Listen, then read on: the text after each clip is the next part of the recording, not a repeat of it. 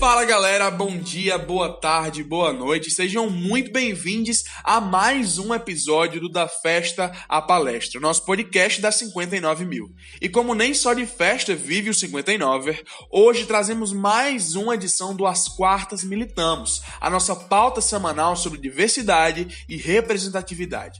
Dessa vez, a gente vai falar sobre elitismo nas universidades. E aí, bora militar? As Quartas Militamos!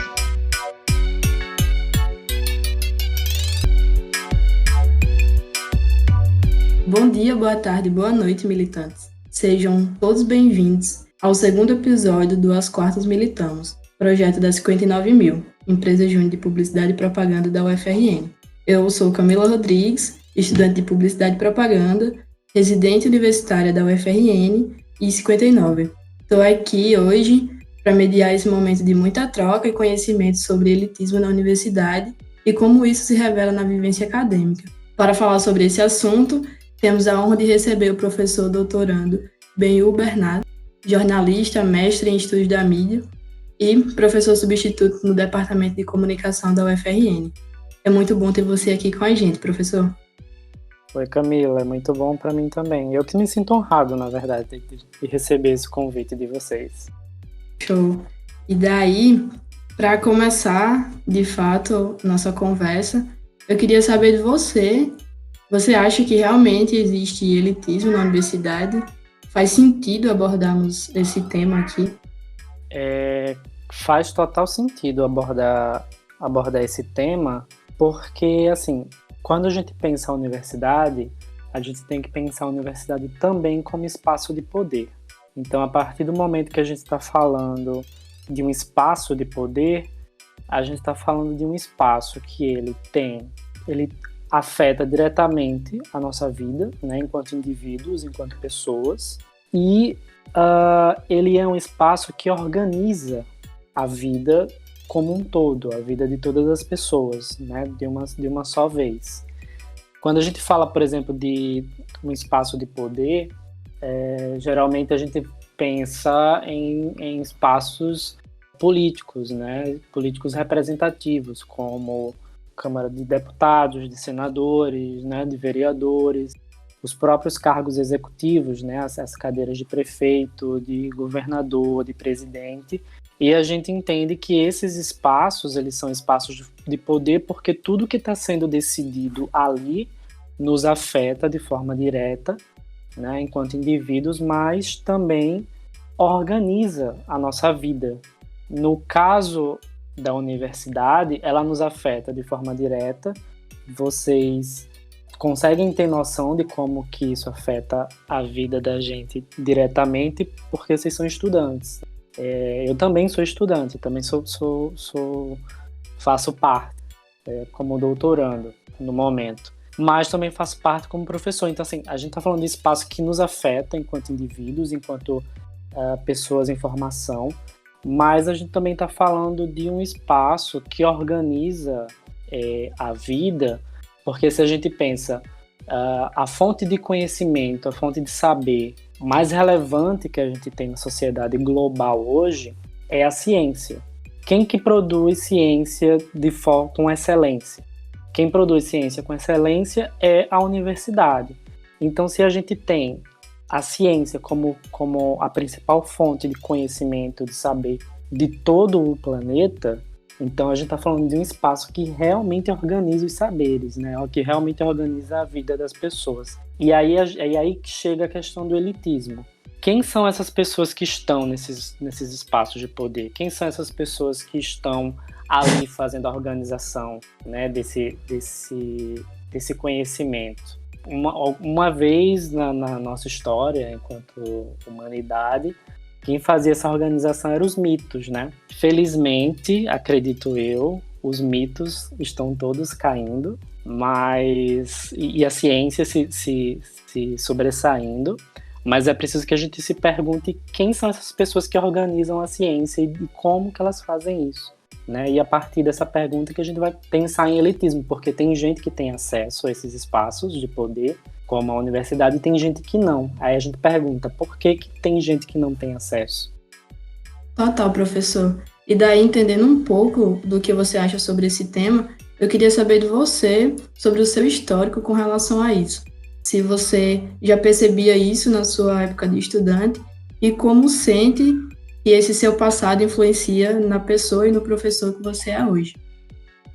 Bom, primeiro de tudo é importante que a gente fale, né, que o que eu tô contando, o que eu tô narrando e o que eu vou narrar, ela é parte de uma experiência que é pessoal, né? Isso é uma coisa que a gente, enfim, que a gente já sabe, né, já tem em mente.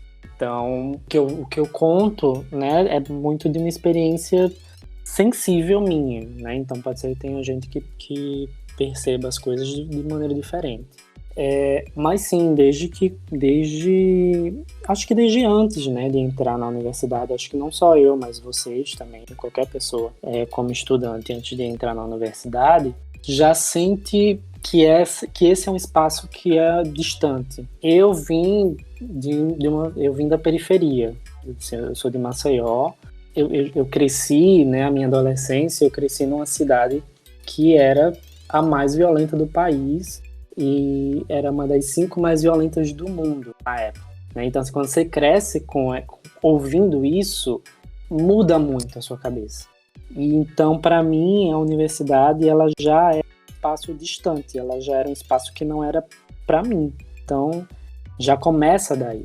Mas quando eu entrei, eu confesso que eu não senti muitas barreiras propriamente colocadas, né, de forma institucionalizada, mas eu sentia no dia a dia que eu não alcançava boa parte dos meus colegas. Depois, com o tempo, até com questões de autoestima mesmo, você percebe que, na verdade, cada um tem o seu processo, né, tem as suas origens, e que um não significa que um seja melhor que o outro, que um esteja mais preparado que o outro, mas existe essa barreira que é mais simbólica, que é de, por exemplo, as pessoas que estão ali dando aula, as pessoas que estão ali organizando as disciplinas, pensando o curso, elas são pessoas que têm um repertório intelectual X, né? Eu não vou dizer nem que é grande, nem que é bom, nem nada, eu vou dizer ela tem um repertório intelectual X. E esse repertório ele vai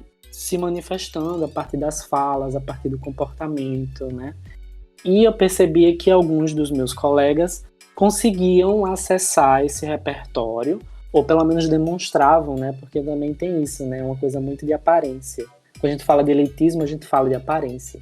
E aí eles aparentavam ter um acesso mais qualificado, digamos assim, a esses códigos, né? A esse repertório intelectual dos professores e da instituição como um todo. Eu percebia que eu estava meio atrás. Eu lembro, por exemplo, que logo quando eu entrei, eu ouvia muita música comercial. Eu raramente ouvia música de bandas locais, né? Até porque, por conta de onde eu venho mesmo, não há um acesso, né, a isso. As bandas locais, os artistas locais tem esse entrave que também é geográfico, né? Não chega na periferia, não chega nas margens. E eu percebi que à medida em que, por exemplo, um professor falava de artista tal, eu percebia que boa parte dos meus colegas de turma conheciam esse artista, conheciam aquela referência, conheciam alguma outra coisa, e eu ficava, gente, mas é da mesma cidade e eu não conheço, sabe? E eu percebia o elitismo nesse sentido. Quando a gente fala de elitismo, geralmente a gente pensa numa pessoa snob, a gente pensa numa pessoa arrogante, né? Isso acontece também na universidade, claro. E por algumas vezes aconteceu comigo também. Mas eu acho que o que mais me marcou no ponto de vista de um elitismo era justamente esse nível intelectual, esse repertório intelectual, que num primeiro momento eu ficava, eu não conheço. E isso separa as pessoas, sabe? Claro, você pode dar sorte, como eu dei sorte, de encontrar pessoas que vão interpretar isso de ele não conhece esse repertório, ele não tem acesso a isso. Você pode dar sorte de encontrar pessoas que vão compreender que, tipo, não, isso acontece. Não, isso a gente sabe que existe uma limitação, né, entre pessoas, entre bairros, né, enfim, entre classes, mas você também pode dar o azar de encontrar gente que vai interpretar esse seu não conhecimento, né, essa sua ignorância no sentido, né, real da palavra, né, não ignorância no sentido de grosseria, mas ignorância de não saber. Você pode dar o azar de encontrar alguém que vai interpretar isso como você sendo uma pessoa menor, porque na universidade é esse espaço de disputa, né? De disputa intelectual, de disputa ideológica. Isso pode ser muito intimidador, mas felizmente, pelo menos na minha época de graduação, eu acho que também porque é isso, né? Eu dei a sorte de encontrar muita gente legal, muitos amigos. Então, assim, eu de forma muito rápida, digamos assim, que me recompus desse susto do primeiro ano, de não me sentir suficiente, de não me sentir bom o bastante para estar ali. E hoje eu me sinto relativamente bem seguro, mas eu tenho compreensão de que essa não é a realidade e muito menos a sorte de boa parte dos estudantes que ingressam na universidade, que são de periferia, que têm um repertório intelectual que é diferente, né? Não vou dizer que é um repertório intelectual menor ou de menos valor, porque isso não existe, né? Mas é um repertório intelectual diferente. E aí isso pode ser muito intimidador no primeiro momento. Sim, sim. E daí, meio que para compartilhar um pouco de como eu me senti também, né? Realmente esse primeiro ano na universidade, você, tipo, tá tendo acesso a muita coisa nova que você sequer esperava, que você sequer imaginava, né, que poderia existir. E nisso, para mim, assim, entendendo um pouco sobre tudo aquilo que estava acontecendo, eu me tornei residente, né? E daí, em paralelo com a minha graduação. E daí eu costumo dizer que morar em uma residência universitária é quase que uma experiência antropológica, né? Porque a gente vive, convive, aprende sobre diversidade na prática, né? São pessoas, tipo, de vários lugares diferentes, culturas, modos de agir, pensar, e daí é realmente sobre enxergar uma nova forma de se viver em sociedade, né? E assim a gente se torna mais consciente de tudo ao nosso redor. Então, a partir do momento que a gente entende ou que se sente inferior por algo, a gente já começa a se questionar, né? Por que isso está acontecendo? E daí volta tudo, e daí a gente pega, resgata alguma coisa do nosso passado e consegue ter essa visão mais ampla. E, dito isso... Eu só queria complementar, antes de você emendar na outra pergunta, essa coisa da residência, que é interessante que você levantou, porque eu também fiz parte da residência universitária da UFRN, só que é de pós-graduação, né, que é separada da de graduação. E eu não acho que é legal, não acho saudável colocar essa intimidação que as pessoas sentem na conta da pessoa. É tipo dizer, mas esse é um problema individual seu. Não, é um problema de todos, né? Existe um contexto coletivo que faz com que as pessoas se sintam inferiores, se sintam intimidadas. Mas tem também um ponto que é também da forma como você organiza as suas emoções, né? Organiza os seus sentimentos. Porque eu acho que se eu não tivesse conquistado essa autoestima ao longo do tempo, se eu chegasse na residência de pós ou até na de graduação, talvez eu me sentisse mais encolhido. E como eu fui para a residência de pós já com uma cabeça diferente, foi uma experiência, assim, que foi uma experiência de um ano, pouco mais de um ano. Então foi uma experiência muito bacana, assim, de encontrar outras pessoas que tinham situações parecidas com a minha, que tinham origens parecidas com a minha, e, no entanto, era todo mundo muito excelente no que estava fazendo, né? Então, assim, quando a gente pensa, o que é uma pessoa... Se a gente pensa em hierarquia na universidade, quem são as pessoas que, em tese, deveriam estar no topo? São as pessoas que produzem mais, as pessoas que que não só produzem mais, mas principalmente produzem melhor, né? Faz uma ciência de qualidade, né? Com ética, com responsabilidade, com relevância. E essas pessoas estavam na residência, morando comigo, né? Mas, no entanto, eram pessoas que não tinham... financeiramente falando, né, socioeconomicamente falando, não tinha grana, e isso não impedia dessas pessoas serem boas, né, então isso também foi muito interessante para mim, assim, essa experiência. Sim, total. Como eu falei, é muito sobre perceber também que ali existe pessoas maravilhosas e você aprende um pouquinho com cada uma, né, por isso que eu falei sobre entender e aprender a diversidade na prática, porque eu morava com uma pessoa de Belém do Pará, outra do interior do estado, e nisso cada uma trazia, né, o seu background, trazia suas experiências, e a gente ia compartilhando. Então, uma coisa que eu sequer ia fazer sentido, uma gíria ou qualquer coisa, eu tive acesso por conta disso. Então, não é porque é diferente que é ruim, né? E não é porque é diferente que a gente não vai aprender com aquilo, ou até mesmo ensinar, assim, né, de certa forma. Entrar em um consenso juntos. Daí, você acha que esse elitismo se revela só dentro da universidade ou ele pode vir até mesmo antes do ingresso? Eu acho que ele vem antes do ingresso, com certeza, né? Porque aí, mais uma vez, eu vou falar da minha experiência, né? Do meu ponto de vista de fato. Como alguém que... É engraçado isso, porque eu nunca, enquanto adolescente, enquanto criança, enquanto pessoa antes de entrar na universidade, eu nunca tinha me pensado, eu nunca tinha parado para pensar que eu sou alguém que vem da periferia.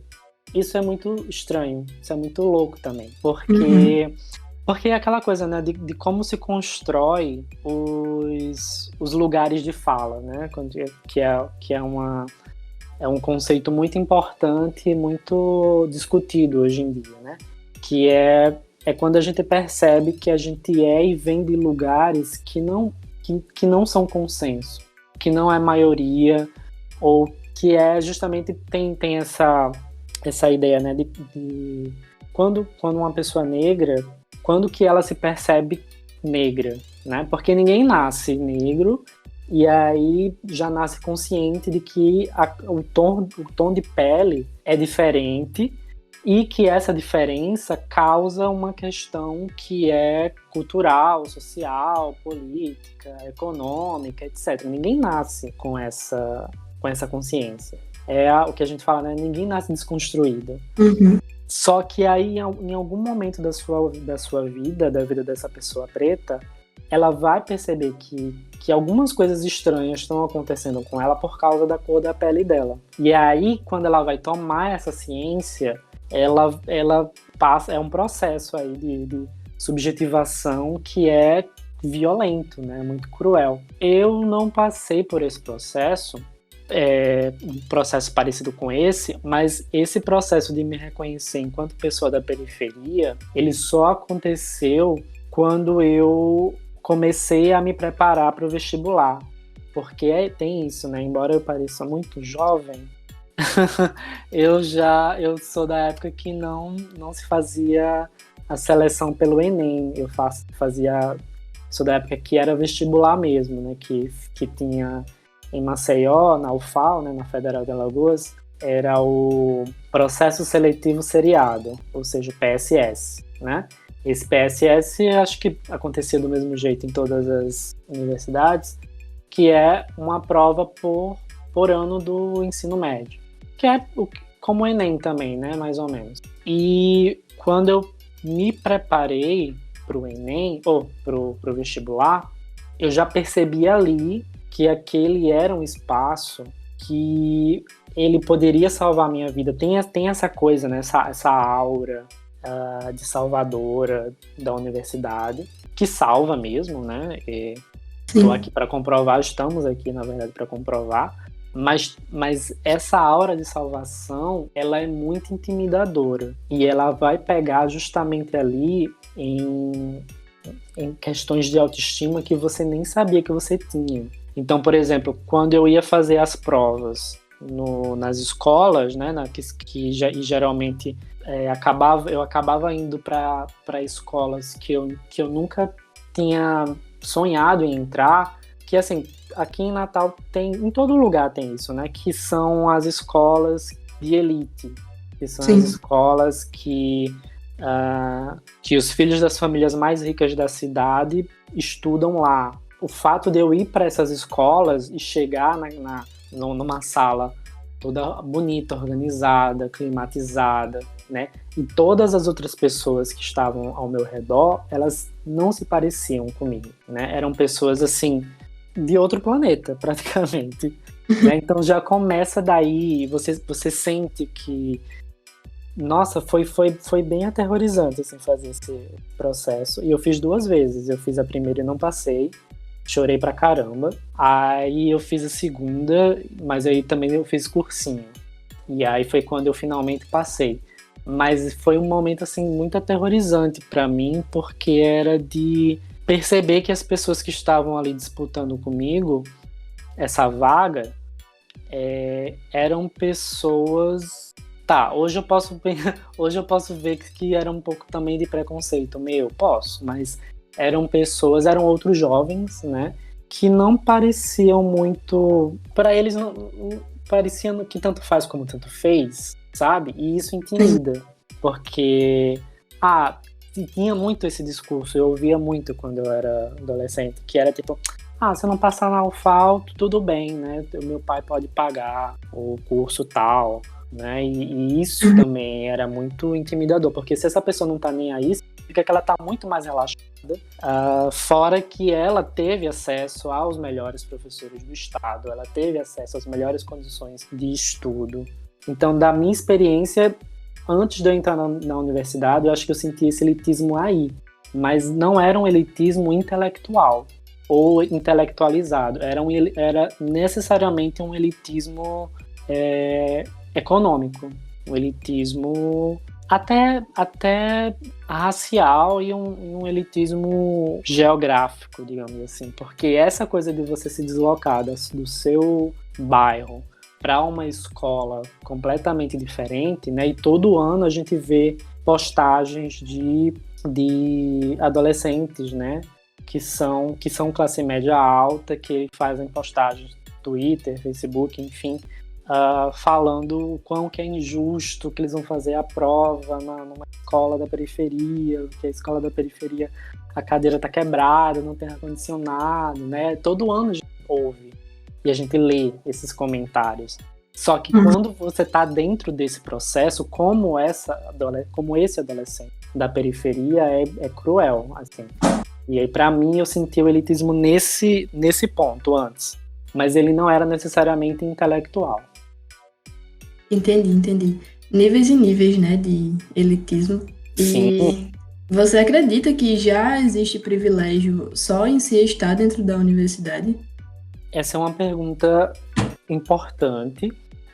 O jeito mais rápido e simples de responder essa pergunta é dizer que sim, que existe um privilégio só de você estar na universidade por uma questão quantitativa. A gente sabe que não é todo mundo que tem a oportunidade de desfrutar da estrutura da universidade. Quando eu falo de estrutura, não estou falando apenas das questões materiais, né? Do prédio, das salas de aula, dos computadores, né? Da assistência estudantil. Não é só nesse sentido, mas é no sentido também do conhecimento e das pessoas, né, que estão ali. Porque no Brasil, em especial as federais, elas ainda são as universidades que agregam a elite científica e intelectual do país. Então, o fato de você ter acesso àquelas pessoas, só isso já é um privilégio enorme. Na nossa área, por exemplo, nós temos grandes nomes de pesquisadores, de cientistas, de pensadores, como Muniz Sodré, por exemplo, que é alguém que a gente lê, né, na graduação, na pós-graduação, e a gente lê esse cara genial e torna ele ídolo, né? As pessoas têm como ídolo. Só que eu nunca tive aula com Muniz Sodré. E tem pessoas que são do Rio que tiveram aula com Muniz Sodré. Aí você fica tipo, caramba, que sorte que você teve, né? E Sim. só que não no sentido negativo, é no sentido bom, né? Que sorte, que coisa boa, que é a gente poder ter acesso a um cara que organiza o pensamento da comunicação no Brasil. Isso é muito massa, isso é muito bom, mas não deixa também de ser um privilégio. E quando a gente está falando de privilégio, a gente está falando justamente disso, das pessoas que têm acesso, e necessariamente a gente está falando das pessoas que também não têm acesso, que é justamente o que vai determinar que é privilégio, né? Parece óbvio, mas é importante que se diga, né? Por que a gente está falando de privilégio? Por que a gente está falando de elitismo? Né? A gente está falando disso porque existe para cada uma pessoa que tem acesso a uma mente brilhante, como professor, que tem acesso a uma estrutura tão boa como é das universidades federais, pelo menos da maioria, existe uma multidão de pessoas que não têm acesso e possivelmente nunca terão acesso, por conta das políticas, né, das políticas públicas de inclusão, por também desmantelo, né, da própria coisa pública, né, essa ideia de Estado mínimo, etc. Enfim, é um privilégio nesse sentido. E a partir do momento que você tem acesso a tudo isso, as chances de que você tenha sucesso, e esse sucesso, eu não estou falando de um sucesso capitalista, né? Eu estou falando de sucesso de ser uma pessoa bem formada, de ser um ser humano bem formado, um cidadão bem formado, né? Um cidadão consciente. E isso é muito importante. Então é um privilégio, sim. Mas não é eu acredito que não seja uma pergunta tão fácil assim de responder, porque eu acho que muitas vezes quando a gente diz, só de estar aqui é um privilégio, isso pode soar como se todas as pessoas ali dentro tivessem realmente acesso às mesmas coisas, e não tem. Veja que, por exemplo, a gente está vivendo uma pandemia, a universidade, as universidades como um todo, né, estão decidindo fazer essa retomada urgente das aulas de forma remota, e não está se discutindo os alunos que não têm acesso a essas aulas por conta de questões técnicas, por conta de questões materiais.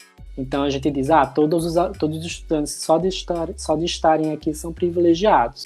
Mas num momento como esse, a gente vê que pessoas não podem ter acesso à aula, não podem ter o direito que conquistou, né, a partir do momento que foi aprovado, porque a universidade decidiu tocar o projeto desse jeito, de uma forma que é excludente. Então, assim, privilégio até que ponto? Privilégio para quem? Né? É importante que a gente se pergunte isso. E mesmo em momentos normais, digamos assim, né?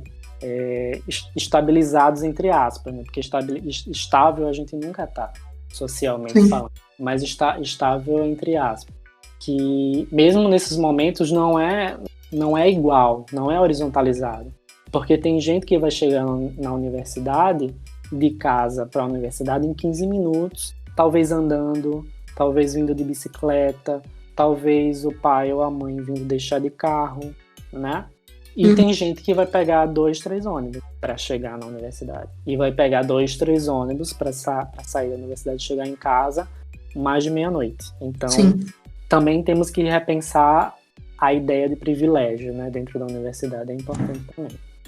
Sim, completamente. Isso que você falou foi muito da minha vivência mesmo, porque no início da graduação eu tenho um processo, né, para você conseguir ser da residência, porque tem vários pré-requisitos e tudo mais. E daí eu passei 3 meses morando na Zona Norte. E nisso, basicamente, eu tinha que sair um pouco mais cedo da aula para conseguir pegar um ônibus e não chegar em casa depois de meia-noite. E nisso, tipo, correndo muitos riscos, né? Nesse meio tempo, cheguei a ser assediada em ônibus, quase fui assaltada pelo menos 2 vezes, chegando em casa. E isso sempre ali, meados de meia-noite, meia-noite e meia, sabe? Então, é realmente isso, sabe? Essa sua fala me fez resgatar muitas coisas, assim, que realmente existe um certo privilégio em estar, mas como isso está se dando, né? O que permeia tudo isso.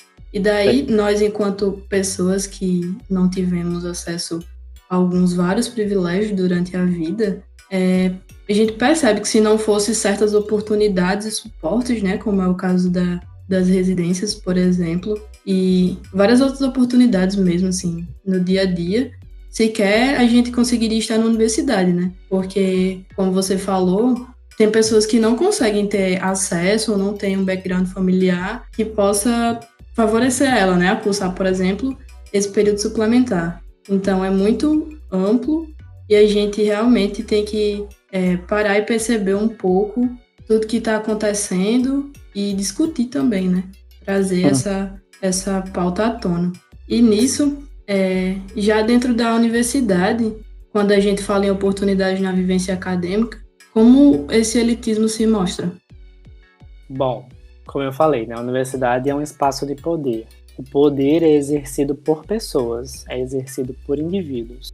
Se a gente tem a sorte de ir para um curso, para um departamento, em que as coisas aconteçam de forma transparente, as oportunidades elas são iguais. Mas se a gente não tem essa sorte, então a gente já percebe que precisa mover uma energia que em situações ideais não seria necessário. Por exemplo, beleza, passamos no Enem, passamos no vestibular, entramos no tão sonhado curso que a gente queria. Só que a universidade, né, o conhecimento que se produz ali, ele não se faz apenas em sala de aula, né? A gente sabe que a universidade tem esse tripé: ensino, pesquisa e extensão. Para você fazer parte da extensão, você é um pouco mais fácil, né? Porque assim, as oportunidades de extensão, elas realmente são mais, elas tendem a ser mais horizontalizadas, né? Então, você faz, muitas vezes você nem precisa fazer seleção, né, para isso, para fazer parte de algum projeto de extensão, basta realmente se voluntariar, e em muitos projetos de extensão, quanto mais gente, melhor, na verdade.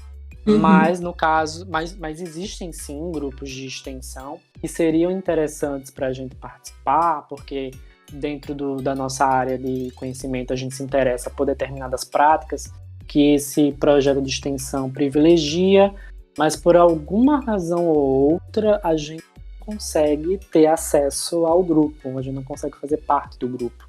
E o grupo, ele é feito de pessoas. Então, a gente pode se perguntar quem são essas pessoas, né? Como que elas determinam quem entra e quem sai. Mas, é como eu falei, os projetos de extensão, eles, no geral, eles são mais acolhedores, né? Eles são mais horizontalizados. No caso da pesquisa, é uma coisa muito mais específica, né? Não é todo mundo que vai conseguir fazer pesquisa, né? Tem que ter iniciação à pesquisa. Primeiro porque não é todo mundo, e arrisco aqui a dizer que não é a maioria, né, dos estudantes que terão interesse em fazer pesquisa, mas também tem a questão de que para um professor dar conta da iniciação científica, é preciso sim que tenha poucos alunos ali, porque para a pesquisa sair uma pesquisa de qualidade, se você sobrecarrega esse professor, de fato é um pouco difícil, né, que a pesquisa ali que saia de cada orientando seja boa, seja minimamente boa. Mas aí a gente se pergunta quais os critérios que fazem com que esse e não aquele estudante sirvam para fazer essa pesquisa.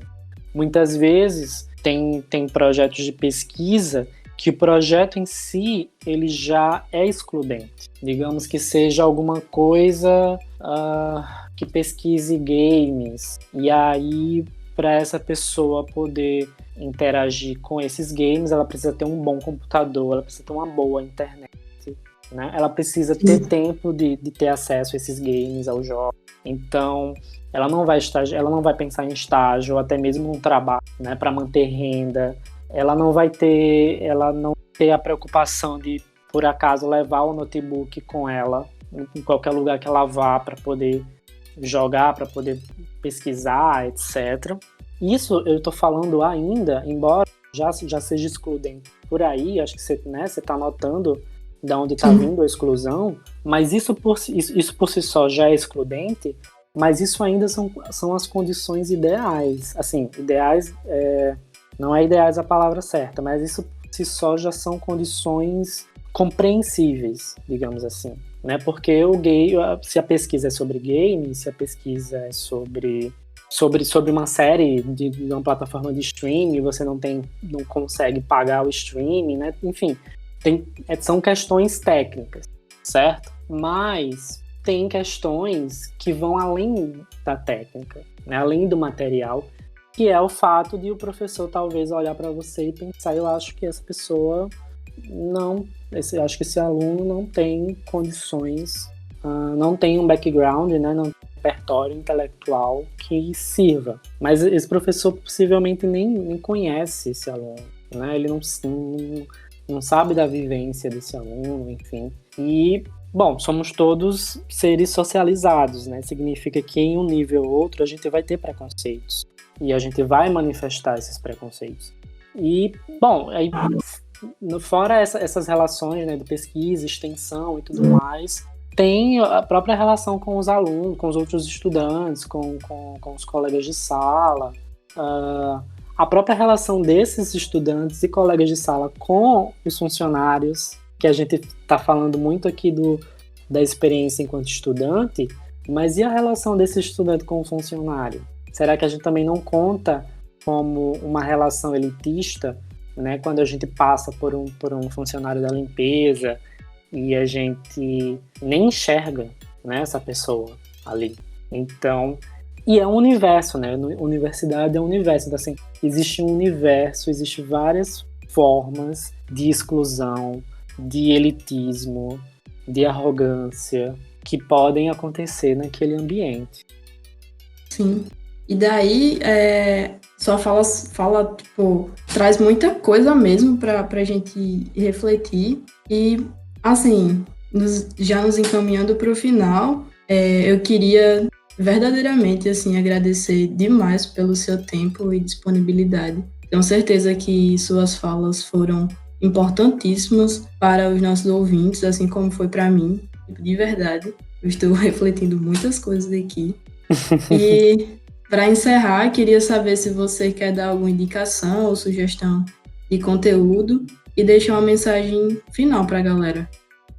Então, tem um livro até que eu separei aqui, que é da editora da UERJ, né, da Estadual do Rio de Janeiro, que é O Mundo Sem Universidades, né, é uma pergunta, que é do Gerhard Casper e do Wilhelm Humboldt. E é um livro que nos explica, né, de onde vem essa coisa chamada universidade, que eu acho que pode nos ajudar muito a compreender do porquê que a universidade, embora seja, sim, um lugar muito importante, seja, assim, um lugar que, né, como a gente já falou antes, é um lugar que salva, né, salva mesmo, assim, salva muita gente, salva muitas vidas, salva muitas consciências, né, mas é um lugar que é feito de gente, né, e gente tem esse probleminha, né, assim, para ser fofo, tem esse probleminha de separação entre as pessoas, né, enfim.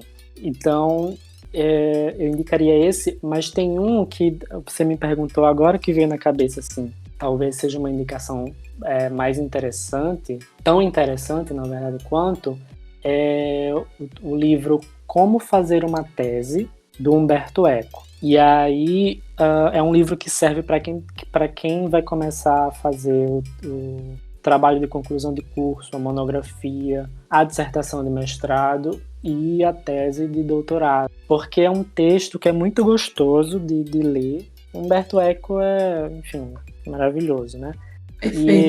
E nesse livro, na introdução, ele fala dessas diferenças, de questões de gênero, né? Ele vai falar sobre... Ele dá um abraço na gente, né? Porque às vezes a gente precisa desse abraço também, e às vezes não tem. Ele dá esse abraço, assim, dizendo, calma, vamos lá, a gente vai fazer esse trabalho junto. E porque é isso, é uma coisa que a gente não falou de afeto. Falta um pouco de afeto.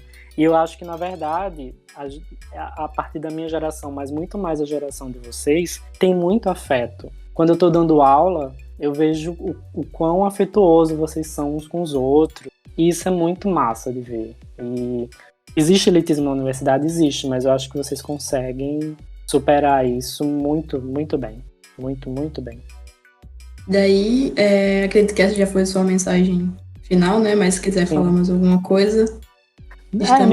Minha mensagem final era essa. A primeira, que, por favor, respeitem os professores. Agora que eu sou professor, a gente se esforça muito para poder fazer também esse abraço, né, com vocês e tal. Mas a mensagem que talvez eu deixaria era essa, assim, que vocês estão conseguindo construir uma rede de afeto muito grande, muito potente, porque principalmente vocês são uma geração que estão discutindo muito abertamente e muito cedo as questões de saúde mental. A gente não discutia muito isso na minha época, assim, e não faz tanto tempo que eu me formei em 2012 na graduação. Então, mas quando a gente falava de depressão, ainda era uma coisa distante. Quando a gente falava de ansiedade, ainda era aquela ideia de ansiedade que é só aquela pessoa que está ansiosa esperando alguma coisa, e não como um problema, não como uma doença, né? Então, ainda na minha época, a gente não discutia de saúde mental tão abertamente e tão mais profundamente como vocês discutem. Então, assim, só o fato de vocês terem isso muito claro sobre doenças mentais, e de discutir sobre isso, de conversarem entre si, de ter afeto, de ter menos preconceitos, né? Preconceitos de gênero, de sexualidade, né? Só isso já é... Eu fico muito feliz de poder fazer parte disso agora como professor. Então é isso, professor. Muitíssimo obrigada. E a você, nosso ouvinte, não esquece de conferir o último episódio do As Quartas Militamos, disponível no Spotify e também no canal da 59 Mil no YouTube. Próxima semana tem mais militância, hein?